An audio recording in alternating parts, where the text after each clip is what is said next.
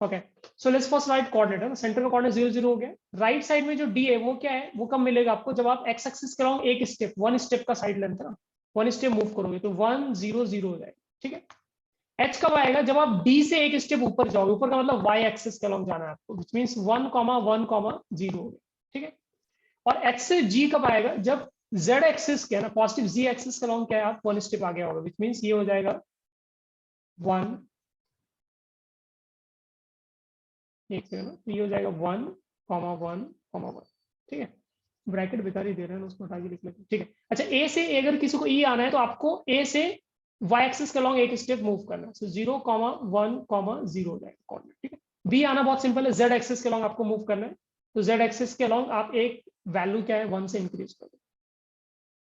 ठीक है, एंड सी का लिखना है, सी कैसे हो गया, बी से सी आपको एक्स एक्सिस के अलॉन्ग एक स्टेप आगे जाना पड़ेगा, तो you can write it like this. ठीक है, I guess no no one more point is missing, F का हमें लिखना बचा हुआ है, एफ पे भी लिख लेते हैं। Alpha you are trying to say something, मैं रिकॉर्डिंग का मतलब नहीं समझा एक्चुअली।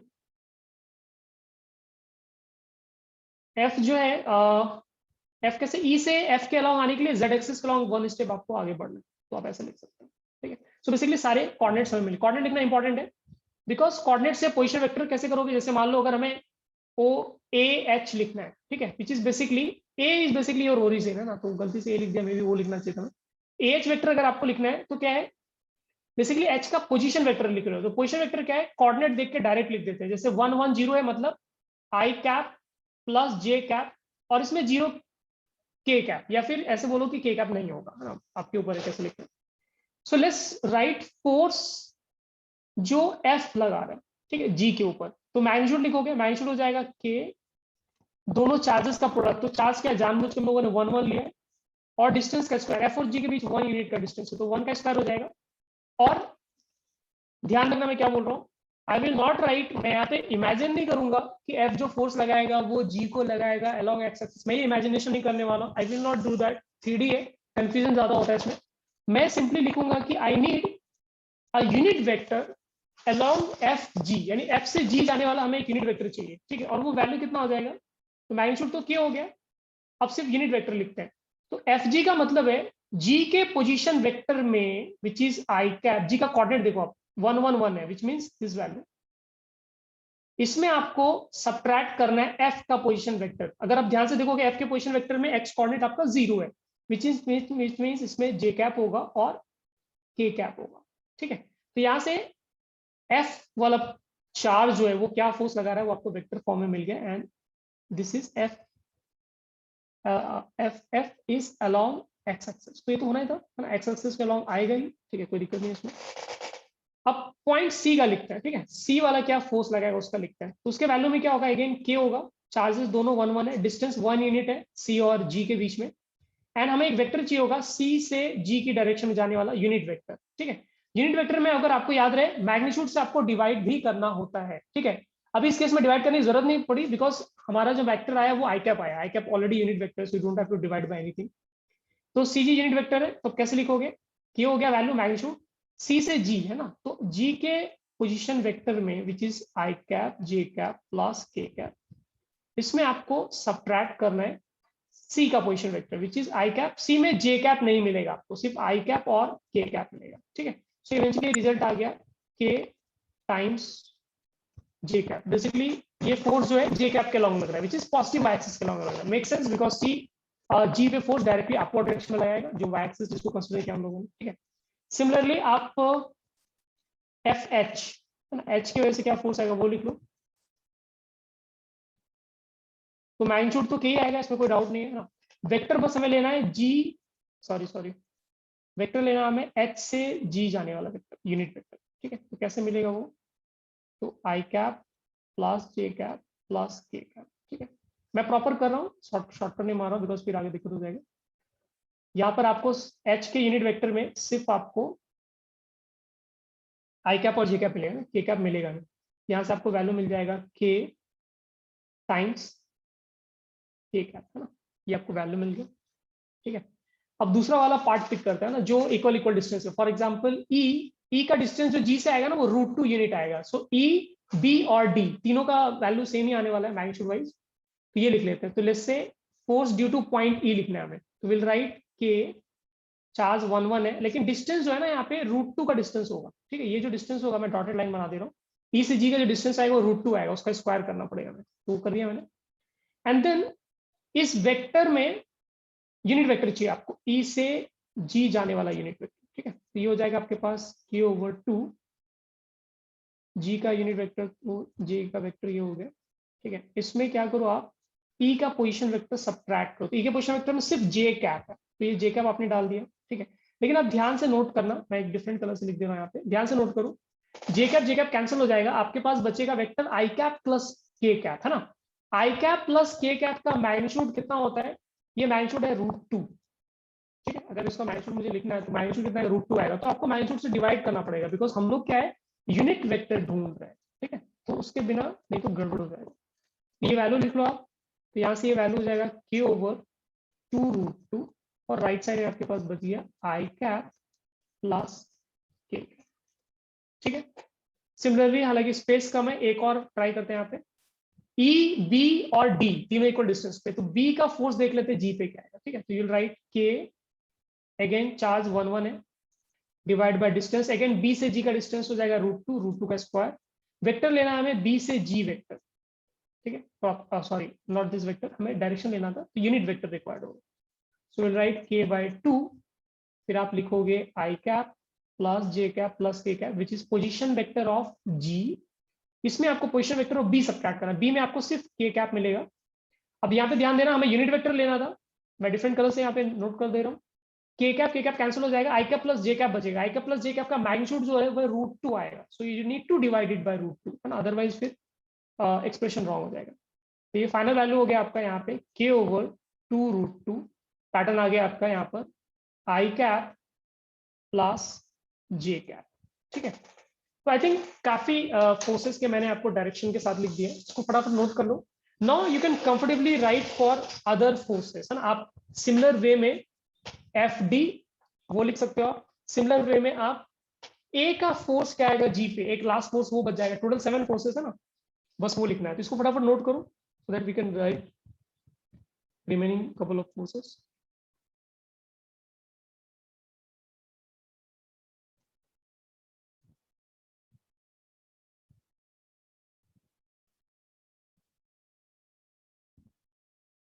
लेट मी नो अगर किसी को इसमें गड़बड़ लग रहा है, कुछ मिसिंग है, कुछ मिस्टेक है तो।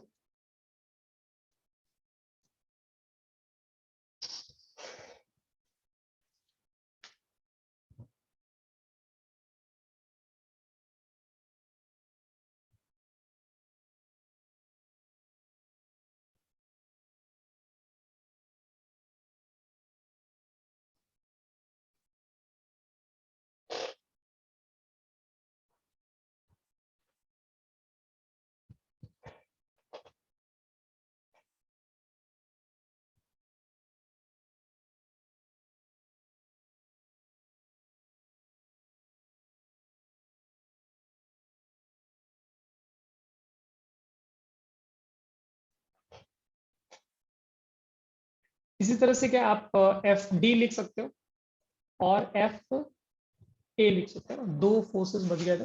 फिर सारे फोर्स को आप ऐड कर दो, हालांकि ऐड करने से यहाँ पे कुछ स्पेशल बेनिफिट आपको मिलेगा नहीं, थोड़ा सा बेनिफिट मिल सकता है, बट मोस्टली यूजलेस है ना। Important thing was we should be able to write, कहीं पे भी 3D वाइज आपको डील करना पड़ सकता है, और वहां पर आपको माइंड में रखना है कि हम लोग विजुअलाइज कम करेंगे और वेक्टर अप्रोच यूज करके will trust that result whatever comes up, okay.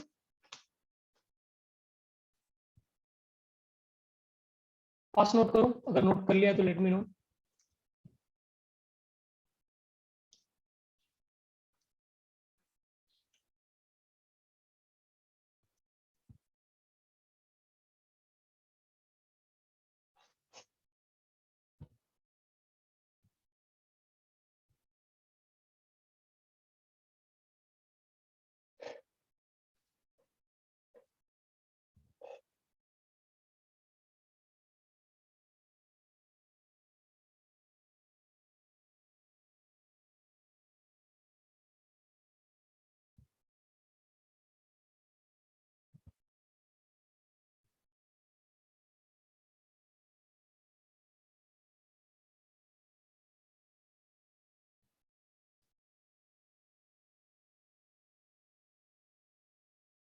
Okay, so I guess सब लोगों ने नोट कर लिया। तो आप बचे हुए दो फोर्सेस लिख लेना इसी तरह से ना, आप तो आराम से आप मैनेज कर पाओगे। एंड देन फाइंड कर लेना सम में समेशन, एक बार देख लेना क्या वैल्यू आता है। अच्छा, मेरा एक क्वेश्चन है, जो प्रीवियस क्वेश्चन था जहां पर हम लोगों ने एक रॉड कितना फोर्स लगा रहा है चार्ज पे, पॉइंट चार्ज पे, वो फाइंड किया था। अगर मान लो इसको उल्टा पूछता, अगर वो आपसे ये पूछते हैं कि एक पॉइंट चार्ज रॉड पे कितना फोर्स लगा रहा है, total net force on rod, तो उसका वैल्यू क्या निकल कर आ था? क्या वो रिजल्ट सेम होता जो हम लोगों ने पहले डिराइव किया, जो हम लोगों ने उल्टा फाइंड किया था? Will it be same? नहीं sir. Are you sure? Yes sir, sure. Okay, anyone else? Krish का कहना है सेम आएगा। Okay, Anant, what about you? Sir Sir, repeat the question once, please. Sorry, pardon me, तुम्हारी आवाज नहीं आई। Once repeat the question again. जो हम लोगों ने एक क्वेश्चन सॉल्व किया था ना, जिसमें एक रॉड का फोर्स, रॉड कितना फोर्स, चार्ज रॉड क्या फोर्स लगाएगा पॉइंट चार्ज पे, है ना? We have calculated it already. तो मेरा क्वेश्चन ये कि अगर ये क्वेश्चन होता कि पॉइंट चार्ज रॉड पे कितना फोर्स लगाएगा उल्टा, तो फिर वो कितना आएगा रिजल्ट?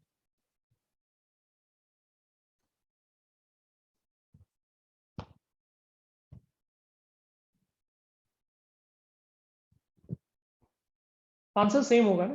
तो मैं एक बार बता दूंगा आपको, आंसर सेम आएगा। और इनफैक्ट इस तरह के प्रॉब्लम आगे धीरे धीरे आपको दिखेंगे, जहां पर दो ज्योमेट्री में से किसी एक ज्योमेट्री का फोर्स दूसरे के अबाउट निकालना इजी पड़ता है, बट क्वेश्चन ने उल्टा पूछ के रखा होता है। क्वेश्चन ने पूछ के रखा होता है कि ए का फोर्स क्या लगेगा बी पे, बट हमारे लिए क्या इजी होता है, बी का फोर्स क्या लगेगा ए पे, ये फाइंड करना। तो हम लोग बी का फोर्स क्या लगेगा ए पे वो फाइंड कर लेते हैं, फिर बोलते हैं कि इक्वल एंड अपोजिट फोर्स होता है, तो दूसरा वाला आंसर भी क्या आएगा आपका, सेम आएगा। ठीक है, एनीवेज, तो मुझे एक, हाँ डायरेक्शन ऑब्वियसली अपोजिट होगा, but yes direction obviously force का अपोजिट होगा, बट मैग्नीट्यूड आपका कांस्टेंट होगा। ठीक है, okay fine case, let's jump to small part of Coulomb's law. जो मीडियम में अगर हम लोग देख रहे हैं ना, मतलब जैसे वैक्यूम में नहीं है, दोनों चार्ज क्या आपने मीडियम के अंदर डाल रखा है, तो वहां पे क्या एक्सप्रेशन आएगा? वेरी वेरी स्मॉल पार्ट है ना, बहुत छोटा सा एकदम, फटाफट देख लेना इसको।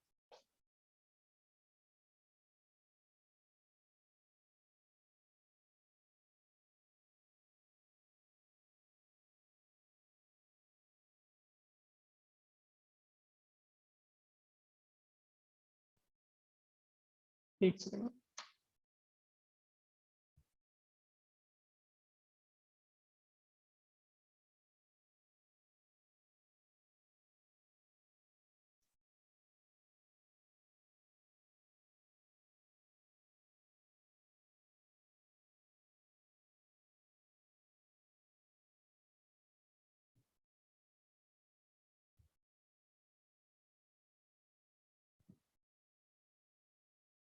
सो एक मीडियम है आपके पास और उसमें आपने चार्ज दे रखा है। सो मे बी हम पहले मीडियम ड्रॉ कर लेते हैं इस तरह से, ये मीडियम है।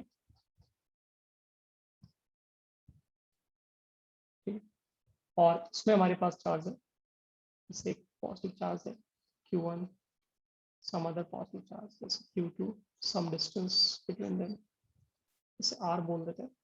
ठीक है, तो यहाँ पर जो फोर्स का वैल्यू आता है डिपेंडिंग ऑन मीडियम, एक्चुअली कम आता है कंपेयर टू जितना फोर्स वैक्यूम में होता है। ठीक है, तो यहाँ पे फोर्स जो आप लिखोगे 1/4 पाई, एप्सिलॉन नॉट नहीं लिखोगे, आप लिखोगे epsilon Q1 Q2 over R square. ये जो एप्सिलॉन है इसको हम लोग बोलते हैं उस पर्टिकुलर मीडियम का absolute permittivity. In general epsilon को हम लोग परमिटिविटी बोलते हैं। एक प्रॉपर्टी है मीडियम का विच डिसाइड्स कि कितना फोर्स डेवलप हो सकता है दो चार्जेस के बीच में। ये आपका एब्सोल्यूट परमिटिविटी हो गया, और ये डिपेंड करता है अलग अलग मीडियम का अलग अलग मिलेगा। ठीक है, ये जो एप्सिलॉन है, एप्सिलॉन की जगह आप वैल्यू ऐसे भी लिख सकते हो, epsilon not multiplied epsilon R, ऐसे भी लिख सकते हो।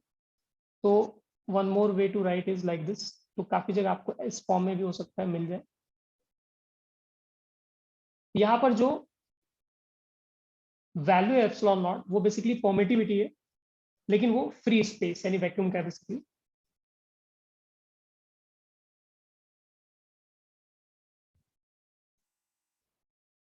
और एप्सिलॉन आर जो है बेसिकली वो रिलेटिव परमिटिविटी है, या फिर आप ऐसे बोलो कि एप्सिलॉन आर बेसिकली रेशियो है कि किसी मीडियम का वैक्यूम के रिस्पेक्ट में कितना रेशियो है परमिटिविटी का, that is the value epsilon R. Epsilon R को बेसिकली हम लोग बोलते हैं relative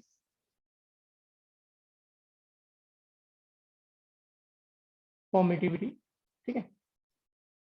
and so basically in short we can say कि किसी मीडियम में अगर आप फोर्स देख रहे हो, गिवन सेम चार्ज है सेम डिस्टेंस पे, तो किसी मीडियम में अगर आप फोर्स देख रहे हो तो एयर या वैक्यूम के कंपैरिजन में कम आए। That's all I wanted two point out. और ये एक्सपेरिमेंटल कैलकुलेशन है।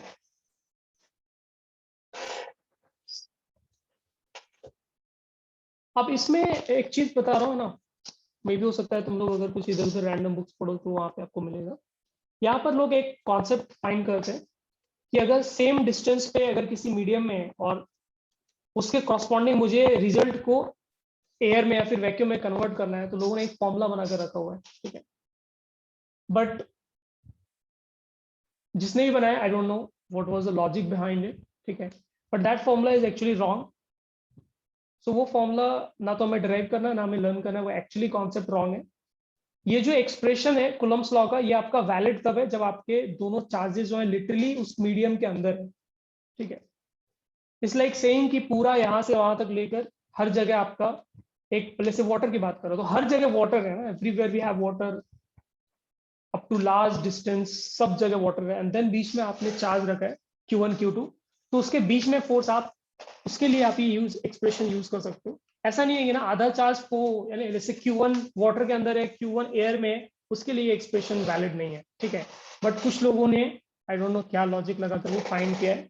Most of the reputed international text books will disagree to that point. तो किसी ने रैंडमली अपने मन से इक्विवेलेंट कॉन्सेप्ट निकालकर उसमें एक जबरदस्ती का फॉर्मूला बना दिया, someone from coaching industry did it, ठीक है, और कुछ लोगों ने इसको ब्लाइंडली फॉलो कर लिया। So will not do that, that's wrong actually. तो ये फॉर्मूला आप तभी यूज कर सकते हो जब प्रॉपरली चार्ज क्या है मीडियम के अंदर है और मीडियम काफी स्पेस में है, maybe we can say infinity तक हर जगह फैला हुआ है, ठीक है, तब आप इसको यूज कर सकते हो। इसको नोट कर लो, that's it, that's all I wanted to say. And point to be noted, ये जो एप्सिलॉन आर जो है ना रिलेटिव परमिटिविटी का वैल्यू है, काफी बड़ा बड़ा आता है। मतलब if I am not wrong, water के लिए it comes out to be around 81 or something, I forgot the figure। Mica sheet के लिए पता नहीं 1000 या 1 मिलियन कुछ ऐसा होता है। तो ये काफी बड़ा फिगर होता है। इट्स लाइक सेइंग कि जितना फोर्स स्पेस में या फिर वैक्यूम में या फिर थिन कम डेंसिटी वाले एयर वाली जगह पर जो फोर्स दो चार्ज के बीच में डेवलप होता है वो काफी ज्यादा होता है कंपेयर टू मीडियम में जो फोर्स डेवलप होता है दो चार्जेस के बीच में इन जनरल, ठीक है। सो आई होप सबने नोट कर लिया। तो यहाँ पर हम लोगों का ये वाला पार्ट कवर हो गया है। So tomorrow onwards will see charging के कुछ कुछ मेथड्स, बेसिक फॉर्मेलिटीज जो है वो हम लोग एक बार देख लेंगे। एंड नहीं, ग्रेविटेशन के साथ ऐसा नहीं, if I am not wrong. And will start with concept of electric field, ठीक है। तो बेसिकली आपको you have to deal with 5 concepts in general. एक फोर्स हो गया, फिर आप फील्ड देखोगे, फिर आप पोटेंशियल देखोगे, फिर पोटेंशियल एनर्जी देखोगे, एंड देन फिर एक कॉन्सेप्ट सेल्फ एनर्जी का आएगा। तो बेसिकली 4-5 मेन कॉन्सेप्ट्स हैं बड़े बड़े। तो एक पार्ट हमारा कंप्लीटली कवर हो गया। Will jump on to next part in next class, ठीक है। So I hope all of you enjoyed